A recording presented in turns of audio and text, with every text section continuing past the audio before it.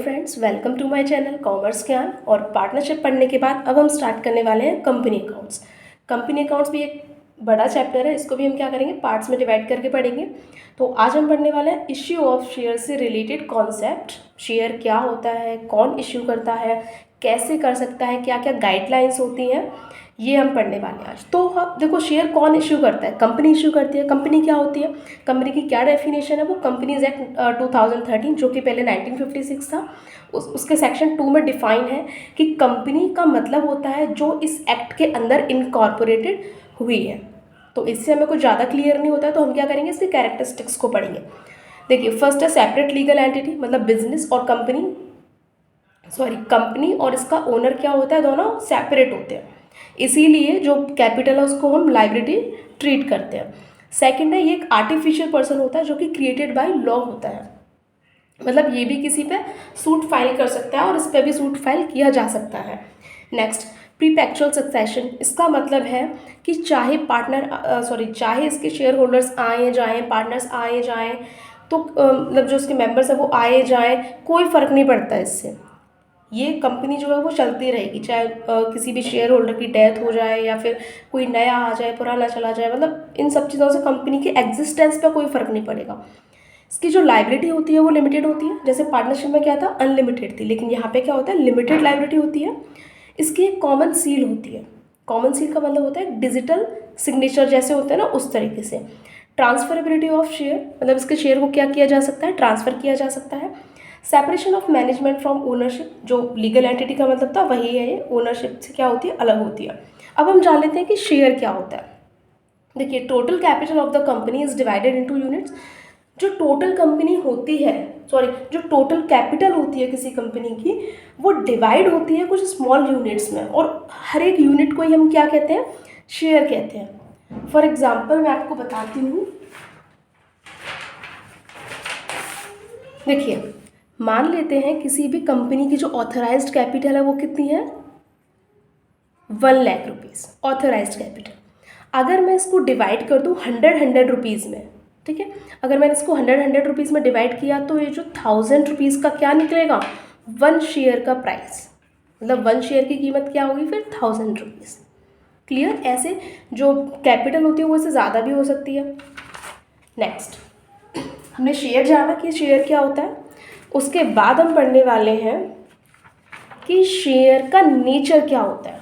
देखिए, ये जो शेयर होता है ना, ये एक तरह से मूवेबल प्रॉपर्टी होती है। मूवेबल मतलब हम इसको ट्रांसफ़र कर सकते हैं, आज मेरे पास है, मैं कल इसको किसी और को भी दे सकती हूँ। Transferable in the manner provided by article of association. ये जो ट्रांसफ़र होगी ना वो उसके अकॉर्डिंग होगी जो कि आर्टिकल ऑफ एसोसिएशन में बताया गया है। टाइप्स ऑफ शेयर पढ़ लेते हैं। Preference share and equity share. जो शेयर होते हैं वो 2 टाइप्स के होते हैं, प्रीफरेंस एंड इक्विटी। देखिए, प्रीफरेंस शेयर क्या होता है। प्रीफरेंस शेयर वो शेयर होते हैं जिनको राइट होता है कि इक्विटी शेयर को डिविडेंड मिले या ना मिले, या फिर मिलता रहे बाद में, उनको पहले चाहिए। मतलब इनको एक फिक्स्ड रेट पे, वो भी फिक्स्ड रेट पे दिया जाता है। एक फिक्स्ड रेट पे इनको डिविडेंड क्या किया जाएगा, सबसे पहले दिया जाएगा, इक्विटी शेयर से भी पहले। ओके। और when the company wound up, जब कंपनी वाउंड अप होती है, मतलब ख़त्म होती है, तब क्या होता है, they have a right to the return of the capital. इनको ये भी राइट होता है कि इनकी कैपिटल को क्या कर दिया जाता है, रिटर्न कर दिया जाता है। देखिए, इस टॉपिक से मैं आपको बता दूं कि जो इक्विटी शेयर कैपिटल होती है वो कभी भी रिटर्न नहीं होती है, उसको रिटर्न नहीं किया जा सकता है। बस कब किया जा सकता है, वाउंड अप, वो भी अगर हो एक्स्ट्रा तो। देखिए, before that of equity share से पहले क्या करी जाती है, इनकी कैपिटल को रिटर्न किया जाता है। Types of preference share. अब हम प्रीफरेंस शेयर के टाइप्स पढ़ लेते हैं, क्या क्या टाइप्स होते हैं इसके। फर्स्ट है, इससे पहले एक चीज़ और हम जान लेते हैं कि जो इक्विटी शेयर होते हैं ना, वो मतलब इक्विटी शेयर होल्डर जो होते हैं वो क्या होते हैं, ओनर होते हैं कंपनी के, ठीक है। प्रीफरेंस शेयर ओनर नहीं माने जाते, ना ही इनको कोई वोटिंग राइट होता है। इक्विटी शेयर जो होते हैं वो बिल्कुल शेयर होल्डर जो होते हैं वो ओनर की तरह ट्रीट किए जाते हैं। ट्रीट क्या होते ही वो ओनर है। रियल ओनर अगर कोई माना जाए तो वो इक्विटी शेयर होल्डर्स ही होते हैं किसी कंपनी के। Types of preference share. First, cumulative. Cumulative का मतलब होता है कि अगर जैसे मान लो इस ईयर में अभी कंपनी को कोई प्रॉफिट नहीं हुआ, तो इस साल का जो प्रॉफिट है वो इकट्ठा हो जाएगा, वो उनको अगले साल जाके मिल जाएगा, नेक्स्ट ईयर। नॉन क्यूमुलेटिव, जिस साल प्रॉफिट हो रहा है सिर्फ उसी साल मिलेगा, कोई इकट्ठा हुआ प्रॉफिट इनको नहीं दिया जाएगा। पार्टिसिपेटिंग, पार्टिसिपेटिंग का मतलब होता है कि अगर इक्विटी शेयर को डिविडेंड बांटने के बाद भी अगर कोई प्रॉफिट बच रहा है तो इसका मतलब इसमें उनका पार्ट होता है, किसका, प्रीफरेंस शेयर का। और वहाँ पे ये जो प्रीफरेंस शेयर होते हैं उन पर लिखा हुआ होता है कि ये पार्टिसिपेटिंग प्रीफरेंस शेयर है। नॉन पार्टिसिपेटिंग, उनका पार्ट नहीं होता है उसमें जो प्रॉफिट बचा हुआ होता है उसमें। नेक्स्ट रिडीमेबल, रिडीमेबल का मतलब होता है जिनका पेमेंट किया जा सकता है, उनकी पूंजी लौटाई जा सकती है, उनकी कैपिटल को वापस किया जा सकता है। इरिडीमेबल, जिनका पेमेंट नहीं किया जाता है, मतलब उनकी कैपिटल को वापस नहीं किया जा सकता है। कन्वर्टेबल प्रीफरेंस शेयर, जिसको हम कन्वर्ट कर सकते हैं इक्विटी शेयर में। नॉन कन्वर्टेबल, जिसको हम इक्विटी शेयर्स में क्या नहीं कर सकते, कन्वर्ट नहीं कर सकते हैं। क्लियर हुआ प्रीफरेंस शेयर। अब हम इक्विटी शेयर के बारे में पढ़ लेते हैं। देखिए इक्विटी शेयर के बारे में क्या चीज़ थी, सबसे पहले कि वो ओनर होते हैं कंपनी के। अगर कोई रियल ओनर कहा जाता है तो वो कौन होते हैं, इक्विटी शेयर। अब इक्विटी शेयर को हम और जानेंगे तब जब हम इसका इश्यू करेंगे, तो उससे पहले हम जान लेते हैं, 1 मिनट।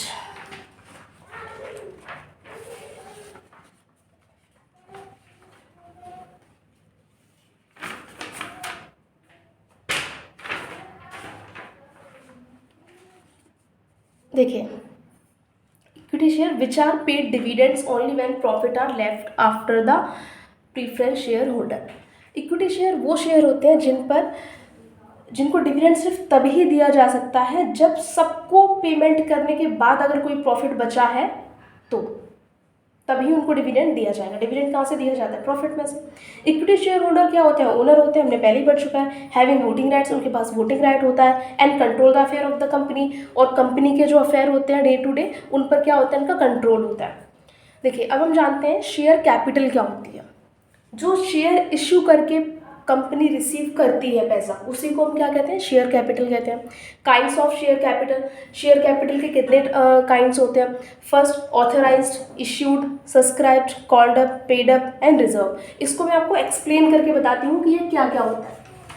देखिए बहुत अच्छे से समझना, ऐसे बहुत क्वेश्चंस बनते हैं।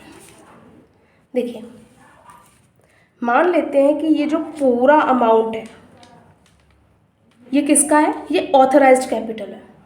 क्लियर, ये पूरा जो क्या है AUTH, ये ऑथराइज्ड कैपिटल है, ठीक है। और ये जो ऑथराइज्ड कैपिटल होती है ये मेंशन होती है MOA के अंदर, मेमोरेंडम ऑफ एसोसिएशन के अंदर। तो ये क्या है, हमारी ऑथराइज्ड कैपिटल है। अब देखिए मैं ज़रूरी तो नहीं है अगर मान लो कंपनी जो है वो पूरा का पूरा ऑथराइज्ड कैपिटल को इश्यू कर देगा पब्लिक को, ऐसा तो ज़रूरी नहीं है। तो मान लो उसने इतना पार्ट क्या कर दिया, इश्यू कर दिया। कितना, मान लो इसको हम मान लेते हैं, इतना पार्ट क्या कर दिया उसने, इश्यू कर दिया ये वाला। तो ये हमारी क्या हुई, इश्यूड कैपिटल। क्लियर, ये हमारी इश्यूड कैपिटल हो गई। अब जितना इशू किया है ज़रूरी तो नहीं है उतना ही सब्सक्राइब हो जाए। सब्सक्राइब का मतलब होता है जो पब्लिक है वो उसके लिए क्या कर दे, एप्लीकेशन कर दे कि हाँ हमें भी शेयर ये चाहिए। तो ज़रूरी तो नहीं है, तो मान लेते हैं हम इतना पार्ट क्या हो गया, इश्यू कैपिटल कितनी थी, इतनी थी, उसका इतना वाला जो पार्ट है ये वाला, ये क्या हो गया, सब्सक्राइब हो गया। तो हम इस पार्ट को क्या बोलेंगे, सब्सक्राइब कैपिटल। क्लियर, इसको हम सब्सक्राइब कैपिटल बोलेंगे। अब देखिए सब्सक्राइब जितना किया है ज़रूरी तो नहीं है कंपनी उतना सारा का सारा अमाउंट मंगा ले पब्लिक से। तो मान लो उसने इतना अमाउंट मंगाया, कितना, इतना। तो जो मंगाया है वो क्या हो जाएगी, कॉल्ड अप कैपिटल। एंड जितना नहीं मंगाया है ये वाला जो पार्ट है वो क्या बचा, अनकॉल्ड। क्लियर। अब देखिए जितना मंगाया है ज़रूरी है वो पब्लिक उतना उसको दे दे, नहीं ज़रूरी है ना। मतलब ज़रूरी तो नहीं कि सारा का सारा पैसा मिल जाए। कॉल्स एंड एरियर्स भी हो सकता है। कॉल्स एंड एरियर्स का मतलब है कंपनी ने मंगाया लेकिन पब्लिक ने नहीं दिया। तो ऐसे केस में क्या होता है, ये जो जितना इसको मिल जाता है कॉल्ड अप में से जितना कंपनी को रिसीव हो जाता है अमाउंट, मान लो इतना हो गया, ये वाला जो पार्ट है ये वाला हो गया, इसको मैं इस तरीके से देती हूँ। तो जितना रिसीव हो गया है वो क्या होगी कंपनी की, पेड अप कैपिटल। क्लियर, ये इसकी पेड अप कैपिटल होगी। तो आपको क्लियर हुआ। अब देखिए इसमें एक टर्म और है, देखिए ये जो हमारी अनकॉल्ड थी ना, जैसे हमने इसको सब्सक्राइब को 2 पार्ट्स में डिवाइड किया था, कॉल्ड अप एंड अनकॉल्ड। तो ये जो अनकॉल्ड थी, अनकॉल्ड का ही, ये जो अनकॉल्ड है इसका ही कुछ पार्ट जो बोर्ड ऑफ डायरेक्टर्स होते हैं वो डिसीजन लेते हैं कि हम क्या करेंगे, इसका कुछ पार्ट को क्या करेंगे, तब तक नहीं मंगाएंगे जब तक कंपनी वाउंड अप नहीं होती है। मतलब जब वाउंड अप होगी उस टाइम पर मंगाया जाएगा। तो ऐसी कैपिटल को हम क्या बोलते हैं, रिजर्व कैपिटल, रिजर्व कैपिटल। ठीक है, there is a difference between reserve capital and capital reserve. ये एक ही चीज़ नहीं होती है, दोनों में डिफरेंस होता है। तो आई थिंक आपको ये क्लियर हो गया होगा पूरा कैपिटल का स्ट्रक्चर कि क्या होता है। चलिए हम आगे बढ़ते हैं। देखिए हमने अभी क्या पढ़ा, रिजर्व कैपिटल। तो अब हम जानेंगे reserve capital and capital reserve में क्या डिफरेंस होता है, जिससे आपको कोई डाउट ना रह जाए। देखिए रिजर्व कैपिटल क्या होती है, ये पोर्शन होता है अनकॉल्ड शेयर कैपिटल का, जैसे मैंने आपको अभी बताया। और जो कैपिटल रिजर्व होता है वो क्या होता है, वो बनाया जाता है कैपिटल प्रॉफिट से। अगर कोई कैपिटल प्रॉफिट हुआ है तो उससे हम एक जो प्रॉफिट है उसको हम रिजर्व करके रख देते हैं कि ये कैपिटल लॉस को भी पूरा करने के काम आता है। It is not necessary to create, इसको क्रिएट करना कोई नेसेसरी नहीं है। अगर बोर्ड ऑफ डायरेक्टर ज़रूरी समझते हैं तो वो करते हैं, अगर नहीं ज़रूरी है तो वो नहीं करते हैं। इट इज़ नेसेसरी, ये नेसेसरी हो जाता है जब भी हमें कोई कैपिटल प्रॉफिट होता है तो उससे हमें कैपिटल रिजर्व बनाना नेसेसरी हो जाता है। इसको बनाने के लिए एक स्पेशल रेजोल्यूशन रिक्वायर्ड होता है, इसके लिए कोई स्पेशल रेजोल्यूशन रिक्वायर्ड नहीं होता है। ये कंपनी की बैलेंस शीट में शो नहीं होता है, जो हमारा रिजर्व कैपिटल होता है वो बैलेंस शीट में शो नहीं होता है।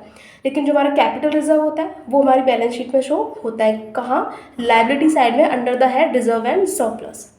It can be use only at time of winding up, जैसे मैंने आपको बताया वाइंड अप के टाइम पर ही मंगाया जाएगा। और ये जो है ये कैपिटल लॉस को पूरा करने के लिए काम आता है। क्लियर। देखिए अब हम जानते हैं इशू ऑफ शेयर, मतलब शेयर का इशू कैसे होता है, क्या क्या स्टेप्स होते हैं। देखिए इशू ऑफ शेयर जो किया जाता है उसके पीछे पर्पस होता है। क्या पर्पस होता है, एक तो कंपनी फंड अराइज करना चाहती है, पैसा चाहिए उसको, कंपनी तो स्टार्ट कर ली लेकिन पैसा भी तो चाहिए, बिना पैसे के तो कंपनी चलेगी नहीं। तो for cash and consideration other than cash, या फिर उसके लिए हमें क्या चाहिए, कैश नहीं चाहिए। शेयर को इश्यू करने का पर्पस क्या है, कैश नहीं है, अदर देन कैश है। इसको हम बाद में पढ़ेंगे, पहले हम फॉर कैश के लिए जान लेते हैं क्या इसके स्टेप्स होते हैं, कैसे कैसे किया जाता है। तो फर्स्ट वन हम क्या करेंगे, पब्लिक सब्सक्रिप्शन ऑफ शेयर। मतलब जब कैश के लिए हमें चाहिए तो हम क्या करेंगे, पब्लिक सब्सक्रिप्शन करवाएंगे, उसको इश्यू करेंगे। तो उसके लिए स्टेप क्या होता है, फर्स्ट स्टेप होता है टू इश्यू प्रॉस्पेक्टस। हम सबसे पहले प्रॉस्पेक्टस को इश्यू करेंगे, उसके बाद में एप्लीकेशन रिसीव होगा। जब जो पब्लिक है वो इंटरेस्ट होगी, अगर इंटरेस्टेड होगी उस प्रॉस्पेक्टस में, उस कंपनी में, तो वो क्या करेगी, एप्लीकेशन भेजेगी, जो कि कंपनी रिसीव करेगी एप्लीकेशंस को। उसके बाद में हम क्या करेंगे, मतलब हम का मतलब है यहाँ पे कंपनी से, तो कंपनी उसके बाद क्या करेगी, मेक अलॉटमेंट्स। अलॉटमेंट्स का मतलब होता है कि उनको शेयर बांटना, जिसने पेमेंट कर रखा है एप्लीकेशन उनको क्या करना, शेयर बांटना, तो अलॉटमेंट्स करना। उसके बाद में क्या करना, टू मेक कॉल्स। यहाँ कॉल्स का मतलब है कि सारा का सारा पैसा एप्लीकेशन पे तो नहीं मंगाया जाएगा, जो कुछ पैसा रह जाएगा वो कब मंगाया जाएगा, कॉल्स पे। डिफरेंट कॉल्स हो सकती हैं, first call, second call, third call, final call, इस तरीके से। ठीक है ओके आगे बढ़ते हैं।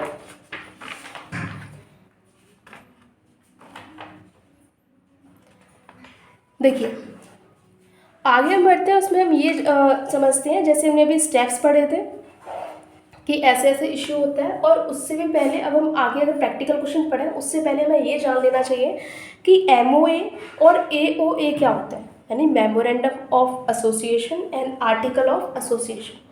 हम ये क्यों जान रहे हैं, it's a very important legal document, इनके बिना कंपनी चल ही नहीं सकती है। मतलब हमें क्या करना है, क्या नहीं करना है और कैसे करना है, ये हमें 2 डॉक्यूमेंट्स बताते हैं।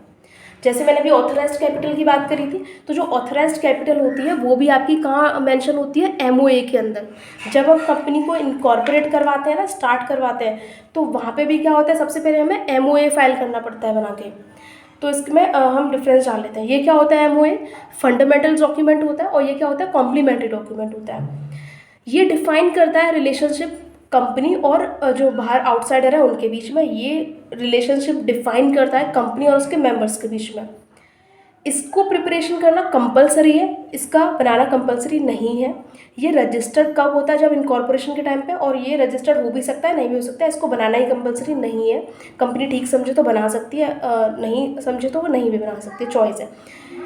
इसके अंदर क्या होता है, कंपनी के एम्स होते हैं, ऑब्जेक्टिव्स होते हैं, और इसके अंदर क्या होता है, उन एम्स और ऑब्जेक्टिव को कैसे अचीव करना है, क्या रूल्स बनाने हैं, वो इसके अंदर होता है। मस्ट कंटेन 6 क्लॉज, इसके अंदर 6 क्लॉज होते हैं। कौन कौन से? Name, registered office, objective, liability, capital and association. इसके अंदर क्या होता है, इसका जो देखिए, इसका तो प्रॉपर फॉर्मेट है कि 6 क्लॉजेज होते हैं। एंड एओ के अंदर कोई भी प्रॉपर फॉर्मेट नहीं है, ये ड्राफ्ट कर सकती है कंपनी अपने अकॉर्डिंग। क्लियर? देखिए, अब इशू ऑफ शेयर पढ़े उससे पहले हमें रूल्स भी पढ़ने पड़ेंगे, क्या रूल्स क्या गाइडलाइंस हैं। तो आप पहले गाइडलाइंस जान लीजिए। देखिए, क्या रूल्स क्या गाइडलाइंस हैं।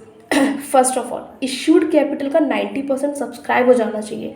अगर इशूड हमने किया कोई भी अमाउंट, जैसे मान लो हमने 1000 रुपये इशू की, ऐसे मतलब 1000 इशू किया हमने, तो उसका 90% कितना हुआ, 900। तो 900 के लिए एप्लीकेशन हमें रिसीव हो जाना चाहिए। अगर नहीं हुआ तो हमें कैंसिल करना पड़ेगा उस इशू को। और क्या करना पड़ेगा, विद इन 120 डेज़। अगर हमें 120 डेज़ के अंदर अगर नहीं रिसीव होता है तो हमें क्या करना पड़ेगा, जो एप्लीकेंट्स हैं उनका मनी को क्या करना पड़ेगा, रिटर्न करना पड़ेगा। Okay. Application money should not less than 5%। जो हमारा एप्लीकेशन मनी हमने डिसाइड किया है, जैसे मान लो 1000 रुपीज़ या 100 रुपीज़ पर शेयर, तो वो जो एप्लीकेशन मनी है उसका 5% से कम नहीं होना चाहिए। जैसे 100 रुपीज़ का शेयर है तो 5 रुपये से कम हम नहीं मंगा सकते हैं किस पर, एप्लीकेशन पर। क्लियर? आगे बढ़ते हैं, और क्या क्या रूल्स हैं। देखिए, according to SEBI it should not be less than 25%। लेकिन इसके बारे में सेबी क्या कहता है कि 25% से कम नहीं मंगा सकते हो आप। क्लियर? मिनिमम सब्सक्रिप्शंस हम इसके बारे में बात कर चुके हैं, 90% होना चाहिए। और अगर नहीं है, अगर विद इन 120 डेज़ नहीं होता है तो हमें क्या करना पड़ेगा, 120 डेज़ हो गए और हमने नहीं रिसीव कर पाया तो उसके बाद हमें 10 डेज़ और मिलेंगे पैसा वापस करने के लिए, तो 130 डेज़ हो गए। अगर हम 10 डेज़ बाद भी पैसा वापस नहीं कर पा रहे हैं तो हमें क्या करना पड़ेगा, कंपनी को 15% इंटरेस्ट भी देना पड़ेगा एप्लीकेंट्स को। 2 कॉल्स के बीच में 1 मंथ का गैप होना चाहिए। कॉल मनी जो है वो 25% से ज़्यादा नहीं होना चाहिए फेस वैल्यू के। कॉल्स एंड एरियर्स क्या होता है, मैंने आपको पहले ही बताया था। हमने पैसा मंगाया कंपनी ने, लेकिन कोई भी कॉल जो है वो रिसीव नहीं हुई, मान लो फर्स्ट कॉल रिसीव नहीं हुई, तो वो जो कॉल्स एंड एरियर्स है उस पर क्या होगा, मान लो वो अब तब नहीं पे कर पाया लेकिन आगे उसने पे किया, तो वो जो टाइम गैप हुआ है उसमें क्या करेगी कंपनी, इंटरेस्ट चार्ज करेगी एप्लीकेंट से, शेयर होल्डर से। तो वो कितना होगा, देखिए वो table A and table F के अकॉर्डिंग होता है। अब देखिए, आप टेबल ए या टेबल एफ क्या होती है, तो टेबल ए है जो वो पहले बनाई जाती थी 1956 के अकॉर्डिंग, और टेबल एफ क्या है, कंपनीज एक्ट 2013 के अकॉर्डिंग बनाई जाती है। तो हम ये वाला पढ़ेंगे। लेकिन जो टीजीटी का एग्जाम हुआ था 2021 में, उसमें इससे क्वेश्चन आया था टेबल ए के अकॉर्डिंग, तो वहाँ पे 5% इंटरेस्ट चार्ज होती है। अगर हम टेबल एफ की बात करें तो 10% से ज़्यादा हम चार्ज नहीं कर सकते हैं। Clear? Next, calls in advance. अगर हमें कॉल्स इन एडवांस रिसीव हो जाता है तो हम क्या करेंगे, उस पर हमें 12% से ज़्यादा इंटरेस्ट हम नहीं पे कर सकते हैं। क्लियर? देखिए, अब हमने यहाँ पे कॉन्सेप्ट एंड थ्योरी अच्छे से कवर कर लिया है। अब बचा क्या, उनको इश्यू करना, मतलब प्रैक्टिकल क्वेश्चंस। तो वो हम प्रैक्टिकल क्वेश्चंस को अगले पार्ट में पढ़ेंगे। अगर आपको वीडियो इन्फॉर्मेटिव लगा हो तो प्लीज़ लाइक कर दीजिए एंड सब्सक्राइब कर दीजिए। Thank you for watching.